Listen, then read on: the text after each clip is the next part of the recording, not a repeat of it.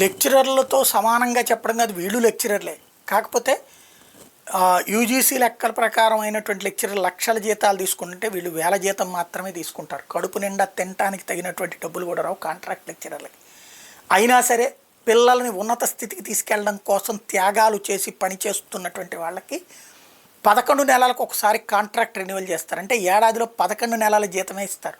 దీని మీద గతంలో జగన్ ప్రభుత్వం 12వ నెల కూడా ఇవ్వడానికి ఒకరోజు గ్యాప్తో, ఎందుకంటే వీళ్ళని కంటిన్యూ చేస్తే కనుక పర్మనెంట్ చేయమని కోర్టుకు వెళ్ళొచ్చు 5 ఏళ్ళు దాటితే. అందుకని అలా కాకుండా 11 నెలలకు ఒకసారి వీళ్ళ ఉద్యోగం క్లోజ్ అయినట్టు మళ్ళీ కొత్తగా ఇవ్వడం జరుగుతూ వస్తుంది. దాని మీద జగన్ అప్పట్లో ఓ రోజు ఏమో గ్యాప్ ఇచ్చి 12 నెలల జీతాలు ఇచ్చేయమన్నాడు. అట్లా ఇస్తూ వచ్చారు.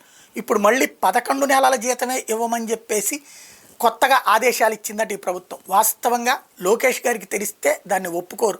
లెక్చరర్ల పట్ల ఆయనకి కాస్త వాల్యూ ఎక్కువే ఉంది, గౌరవిస్తుంటారు. కాబట్టి ఒకసారి లోకేష్ గారిని అడిగి ఆ 12 నెలల జీతం ఇప్పిస్తే సంస్కారయుతంగా ఉంటుంది, బాధ్యతాయుతంగా ఉంటుంది.